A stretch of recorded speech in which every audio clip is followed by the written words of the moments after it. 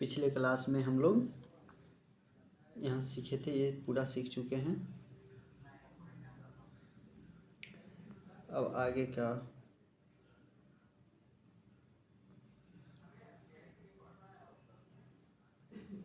सीखे क्या क्या थे हम लोग? संगीत की उत्पत्ति, इसके बारे में पिछले वीडियो में हम लोग बात कर चुके हैं। अब हम बात कर रहे हैं इसके बाद संगीत की उत्पत्ति के आधार, प्राकृतिक आधार।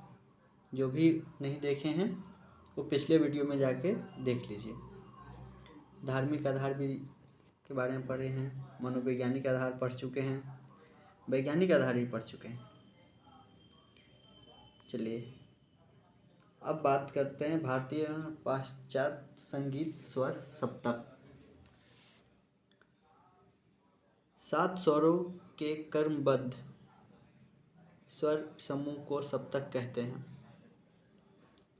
7 स्वरों के क्रमबद्ध स्वरों को समूह को सप्तक कहते हैं। स्वर सप्तक को संगीत पद्धति की नींव माना जाता है। किसी भी संगीत का विकास उसके सप्तक पर ही निर्भर करता है।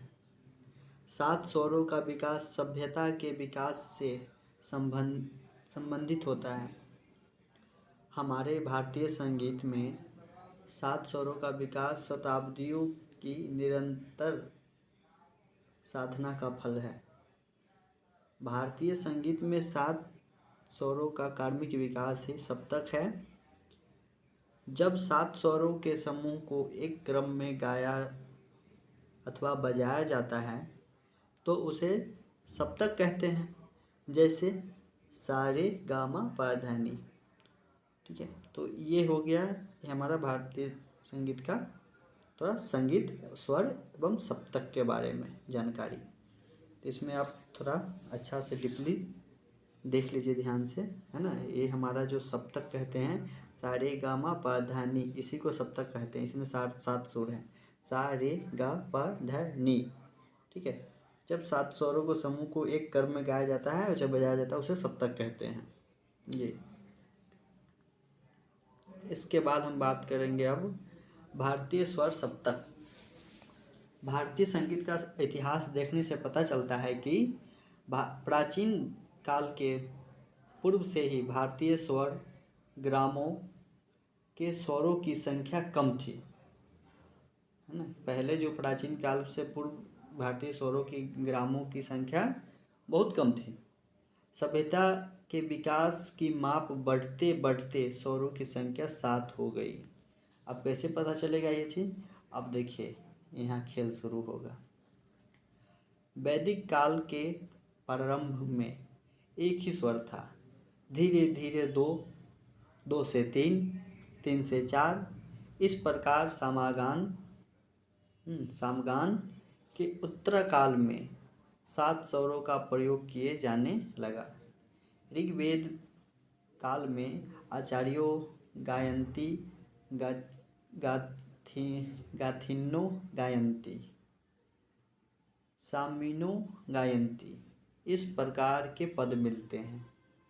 ठीक है, ये ऋग्वेद में है काल में, जो मतलब ऋग्वेद काल में आचार्यो गायन्ति, गाथिनो गायन्ति, सामिनो गायन्ति, इस प्रकार के पद मिलते हैं। यानी कि आर्तिक में 1 स्वर, गाथिक में 2 स्वर और सामिक में 3 स्वर का आधार पर गायन वादन होता था। ठीक है, आर्चिक का उपयोग विचार के उदाहरण में, गाथिक का गाथा गान में और सामिक स्वरों का प्रयोग समागम में होता था। आप लोग इसको ध्यान से पढ़िए और ये बहुत महत्वपूर्ण है हम लोगों के लिए। जो भी पढ़ रहे हैं, सुन रहे हैं, देख रहे हैं, उसके लिए बहुत इम्पोर्टेंट है। इसको पढ़ना बहुत ज़रूरी है। ये सब मालूम होना चाहिए। ये सब नहीं मालूम रहेगा आप कुछ नहीं जानेंगे फिर इसके बिना। इसलिए इसको पढ़ना, देखना और सुनना, इसको फिर बढ़िया से रिवाइज करना ज़रूरी है।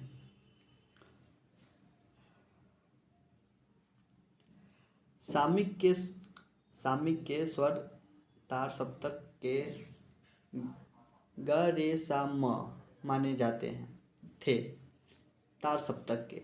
ग रे सा माने जाते तार सप्तक।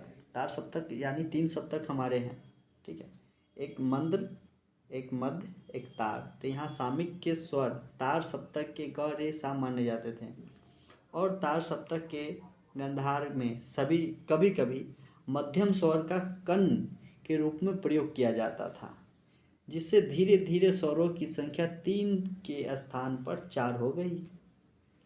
इसमें म ग रे सा वाले स्वरांतर को चतुरक गान के नाम से पुकारा जाता था। अब सारे गा म ग रे सा वाले स्वरांतर को चतुरक गान से, है ना, चारों वाले को चतुरक गान के नाम से पुकारा जाता था। ऋग्वेद के पश्चात यजुर्वेद में स्वरों की संज्ञा उद्दान, अनुदात व स्वरदित बताई गई है। स्वरदित संज्ञा उदात, अनुदात व स्वरित बताई गई है। इसमें उदात का ऊंचा, अनुदात का अर्थ नीचा, स्वरित का तात्पर्य उस स्वर से लिया जाता था जिस पर उदात व अनुदात स्वरों का मेल हो और जिसका उच्चारण बार बार हो, जैसे सा, इसका बार बार उच्चारण होता था। ये मेल संभवतः इसका तात्पर्य आधार स्वर से ही हो गया। धीरे धीरे आगे चलकर नारद ने अपने ग्रंथ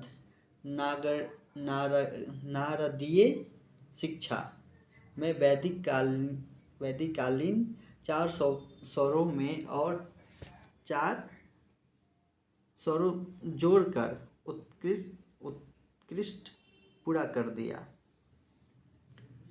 वैदिक काल 4 स्वरों में और 4 स्वर जोड़कर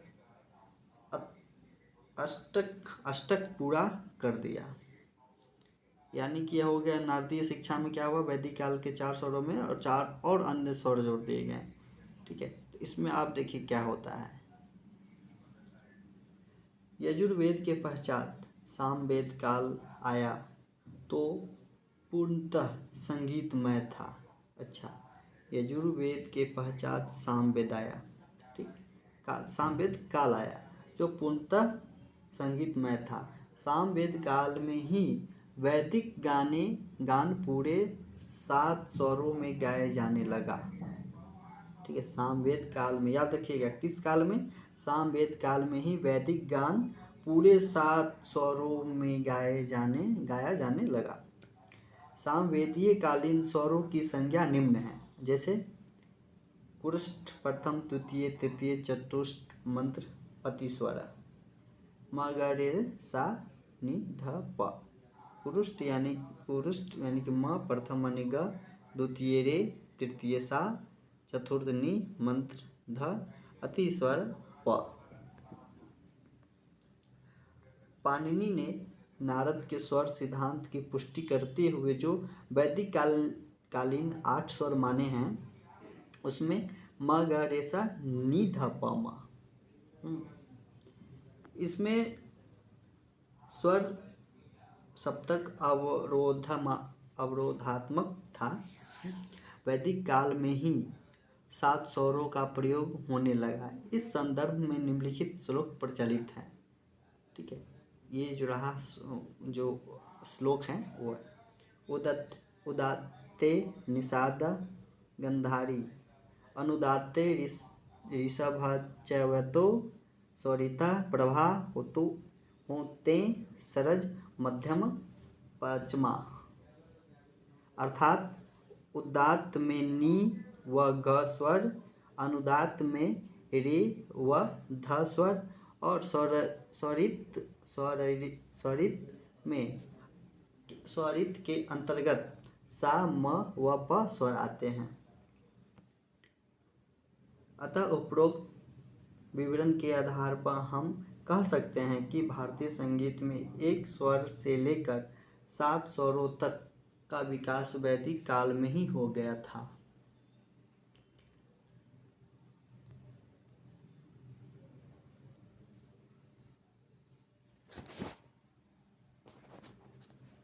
सॉरी, थोड़ा सा हो जाता है। ठीक है, हो गया था।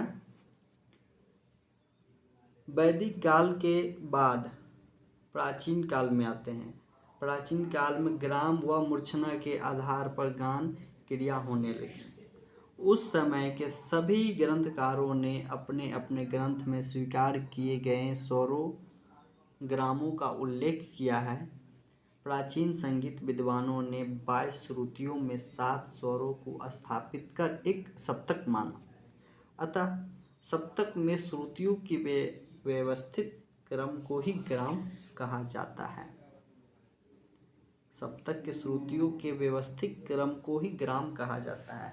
प्राचीन ग्रंथकार भरत ने स्वतंत्र रूप से संगीत पर कोई ग्रंथ नहीं लिखा, पर अपने ग्रंथ नाट्यशास्त्र में संगीत संबंधित संक्षिप्त सिद्धांतों का उल्लेख करते हुए सरज ग्राम व मध्यम ग्राम का उल्लेख किया है।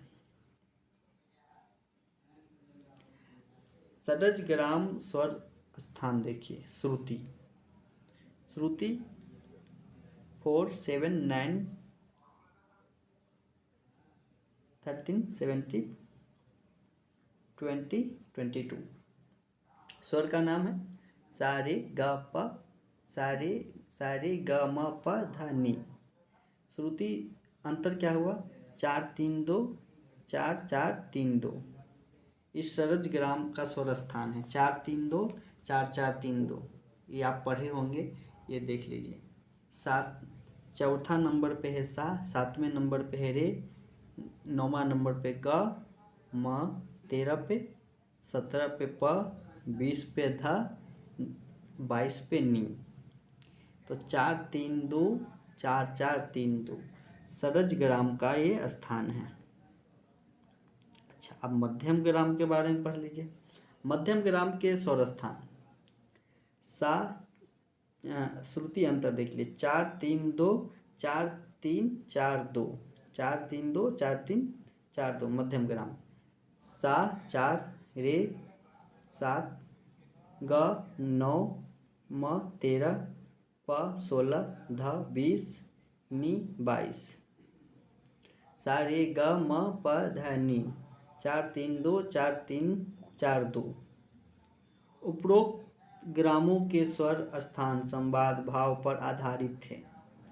उपरोक्त ग्रामों के स्वर स्थान संवाद भाव पर आधारित थे। 9 व 13 श्रुतियों का अंतर होने पर स्वर संवाद होता है। सरज ग्राम के बाद मध्यम ग्राम में प की एक श्रुति कम कर दी गई। ऐसा करने से सा व प का संवाद टूट गया और रे व प का संवाद स्थापित हो गया। इसके अतिरिक्त मध्यम ग्रामिक स्वरों का आरंभ मध्यम स्वर से निम्न प्रकार करना चाहिए।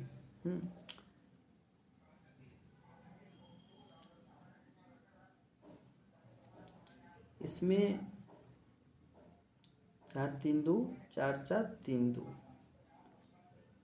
इसमें 4 3 2 4 3 4 2। इसका आप फोटो भी खींच सकते हैं। ये सरज ग्राम के बाद मध्यम ग्राम में प की श्रुति कम कर दी गई। ऐसा करने से सा व प की संवाद टूट गया और वे रे और प का संवाद स्थापित हो गया। इसके अतिरिक्त मध्यम ग्रामीण स्वरों का आरंभ मध्यम स्वर से निम्न प्रकार करना चाहिए। म 3 है ना, मध्यम स्वर से निम्न प्रकार करना चाहिए। म प ध नि सा रे ग 3 4 2 4 3 2 4।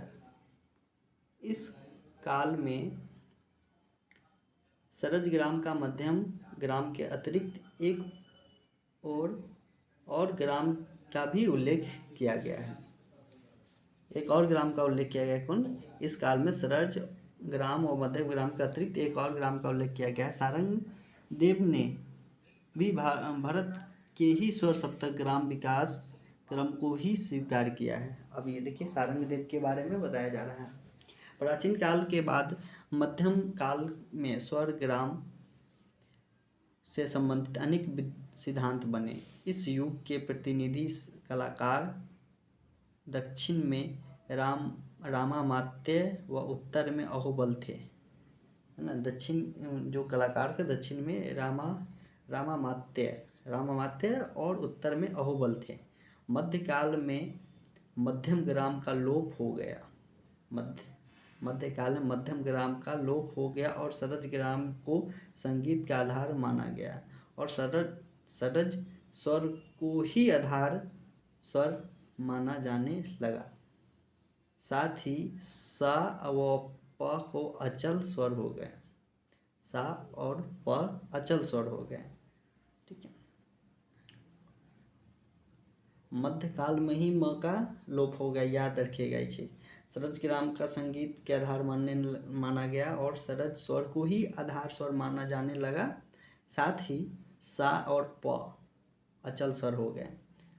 मध्यम ग्राम के अवशेष के रूप में मध्यम ग्राम के मध्यम का प्रयोग तीव्र मध्यम या प्रति मध्यम के रूप में होने लगा। ठीक है। मध्यम ग्राम के बारे में हम देख लीजिए। मध्यम ग्राम के अवशेष के रूप में मध्यम ग्राम के मध्यम का प्रयोग तीव्र म या प्रति मध्यम के रूप में होने लगा। इस काल में विकृत स्वरों का प्रयोग होने लगा, जिसके फलस्वरूप विभिन्न मेलों की रचना की गई। इसके साथ ही सर्वाधिक महत्वपूर्ण परिवर्तन यह हुआ कि स्वर ग्राम को जो भरत सारंग देव द्वारा निर्दिष्ट अवरोही क्रम का लोप होकर आरोही क्रम में हो गया। रामामात्य ने ही मेलों के आधार पर रागों का विविध वर्गीकरण भी किया है। आगे चलकर पंडित वेंकटमखी ने गणित के आधार पर 72 मेलों की रचना जो दक्षिण भारत में प्रचलित है। तो पहले किसने? रामामात्य ने ही मेलों के आधार पर रागों का विविध, है ना, वर्गीकरण भी किए हैं। आगे चल के पंडित वेंकटमखी जी ने गणित के आधार पर 72 मेलों की रचना जो दक्षिण भारत में प्रचलित है। हम लोग उत्तर भारत में हैं, उत्तर भारतीय संगीत, इसके बारे में पढ़ेंगे आगे। प्राचीन विद्वानों का शुद्ध ग्राम भरत मुनि का सरज ग्राम माना, जो आधुनिक काफ़ी ठाठ था। प्राचीन विद्वानों का शुद्ध ग्राम भरत मुनि का सरज ग्राम माना, जो आधुनिक काफ़ी ठाठ था। काफ़ी घाट था, जिसके आधार पर गान क्रिया होने लगी थी। मध्यकाल में अमीर खुसरो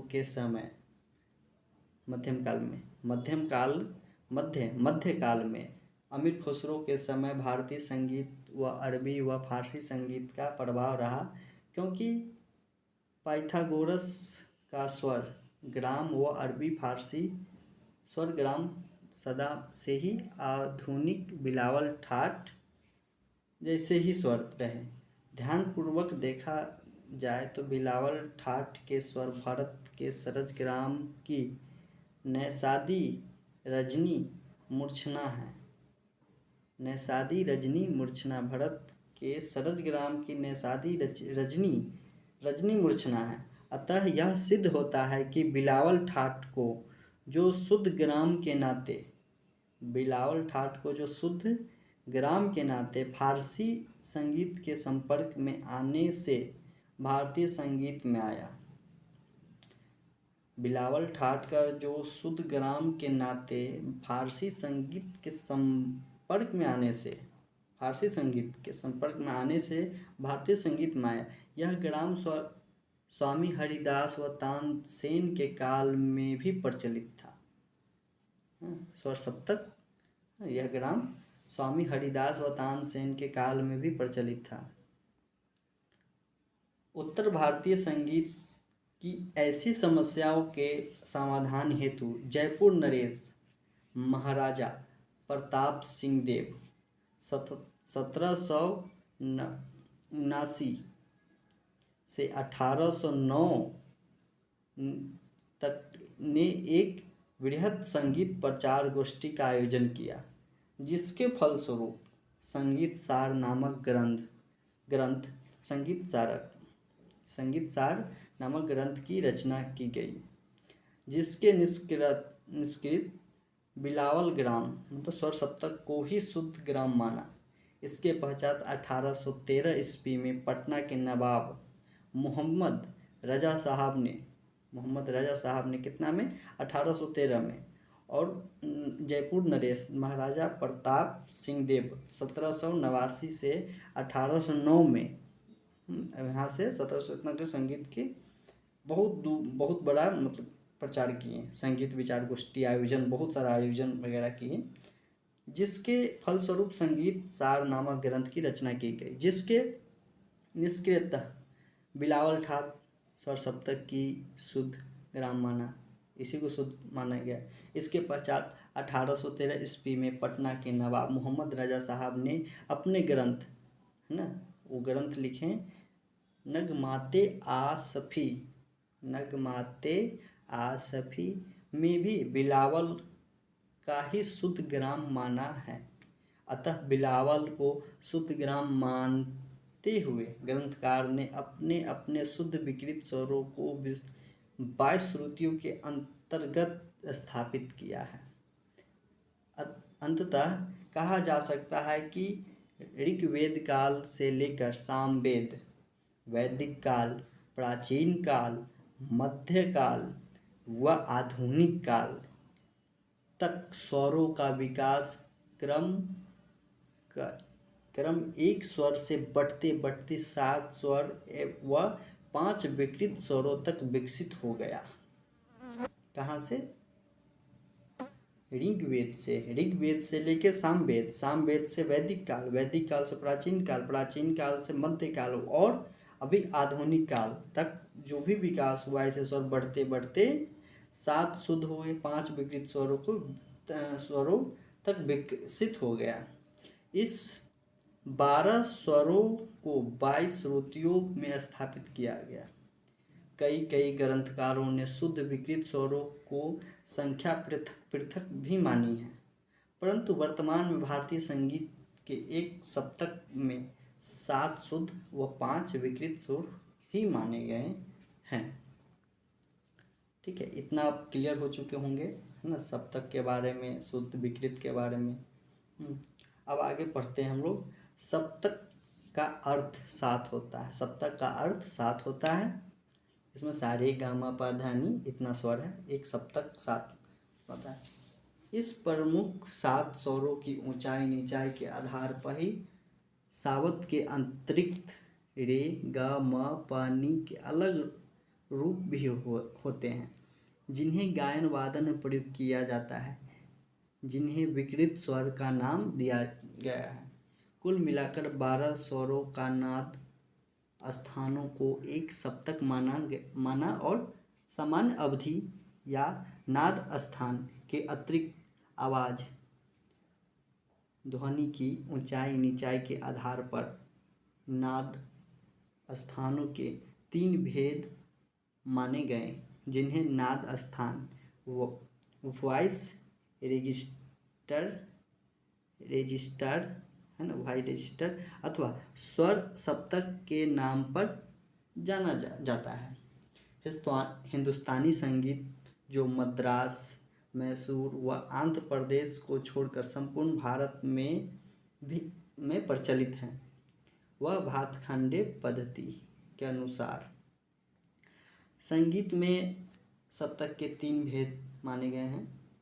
3 सप्तकों के नाम हैं है ना। संगीत के जो सप्तक हैं 3 भेद है उसके, ठीक है। तो तीनों सप्तक हम आपको बताए हैं, मंद्र सप्तक, मध्य सप्तक व तार सप्तक, समझे।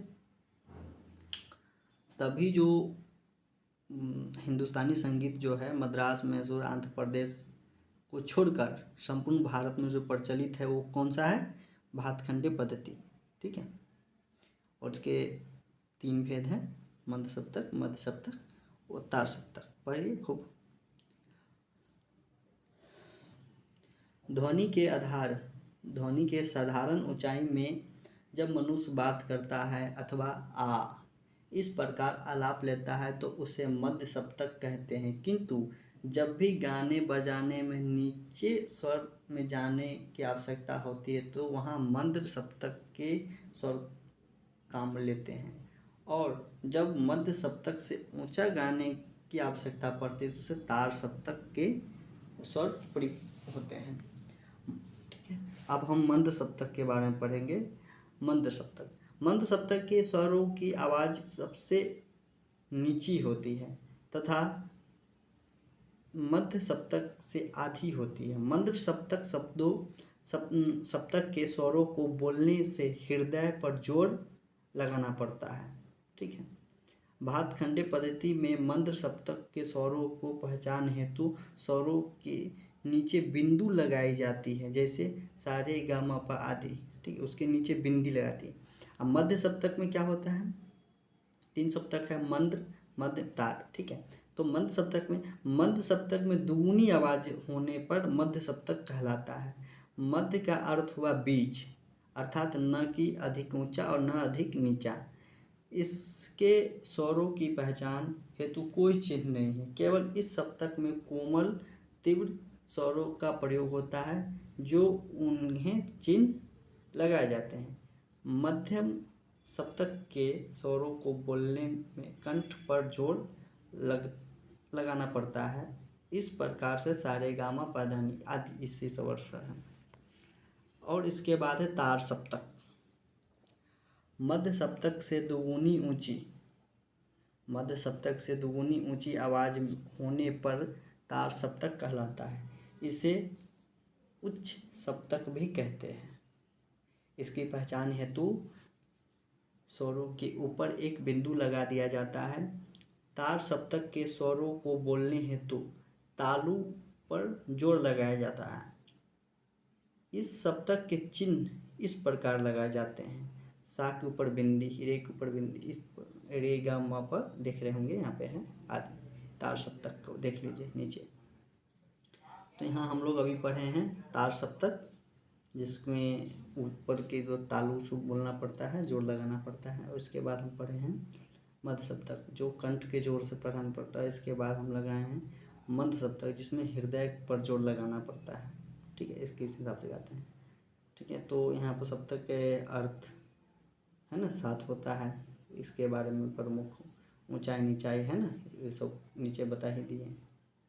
अतः कहा जा सकता है कि ऋग्वेद काल से लेकर सामवेद, फिर वैदिक काल, प्राचीन काल, मध्यकाल और आधुनिक काल में अभी जो हम जी रहे हैं उसमें 7 शुद्ध से 5 विकृत, कुल मिलाकर 12 स्वर हो गए। और 22 श्रुतियों जो ऊपर पढ़े हैं उसी के हिसाब से हैं, जिसमें 7 शुद्ध है, 5 विकृत ही स्वर माने जाते हैं, ठीक है। और जो संगीत के बारे में जो है, संगीत को जो बढ़ावा देने वाले में जिसमें नरेश महाराजा प्रताप सिंह देव, जो 1789 से लेके 79 से लेकर 1809 तक है ना संगीत के प्रचार गोष्ठी आयोजन किए हैं ना, बहुत सारा कुछ। उसके फलस्वरूप संगीत सार नामक ग्रंथ की भी रचना हुई, संगीत सार। फिर उसके बाद जो है कि 1813 में पटना के नवाब मोहम्मद रजा साहब ने अपने ग्रंथ में नगमाते आसफी जो हैं वो लिखे हैं।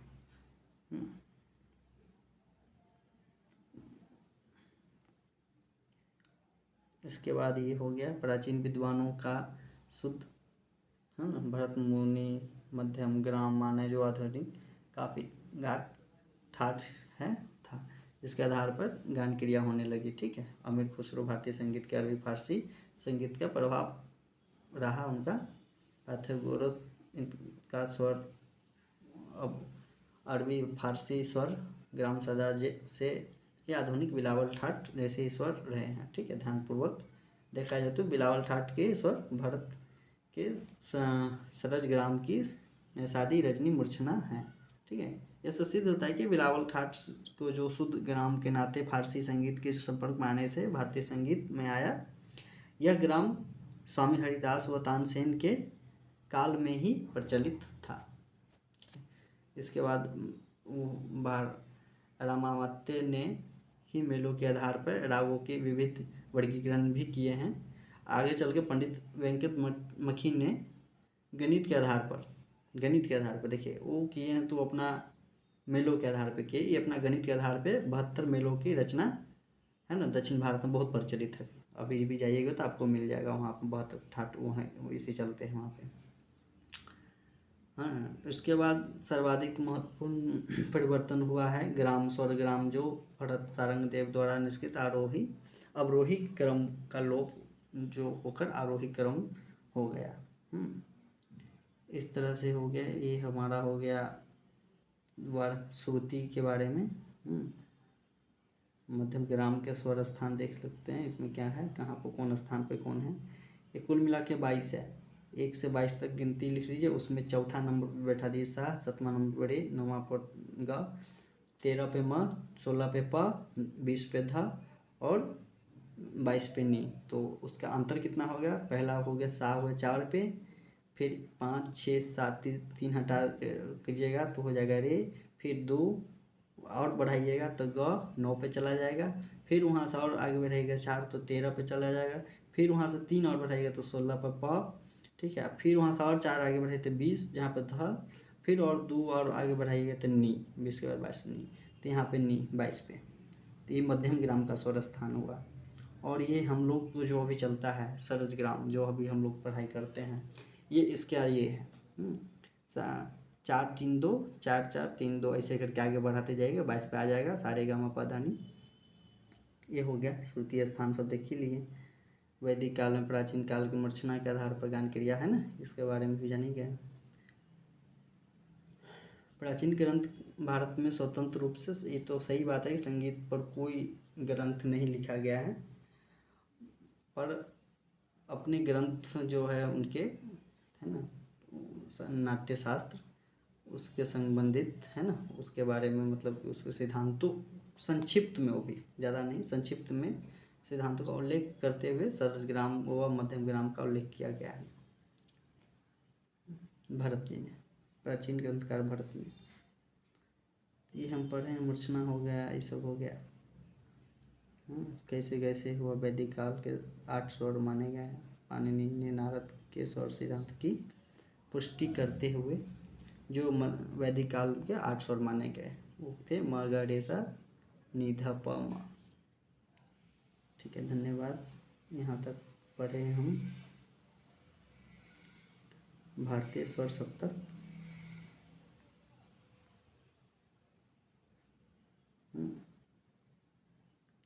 भारतीय एवं पाश्चात्य संगीत स्वर सप्तक।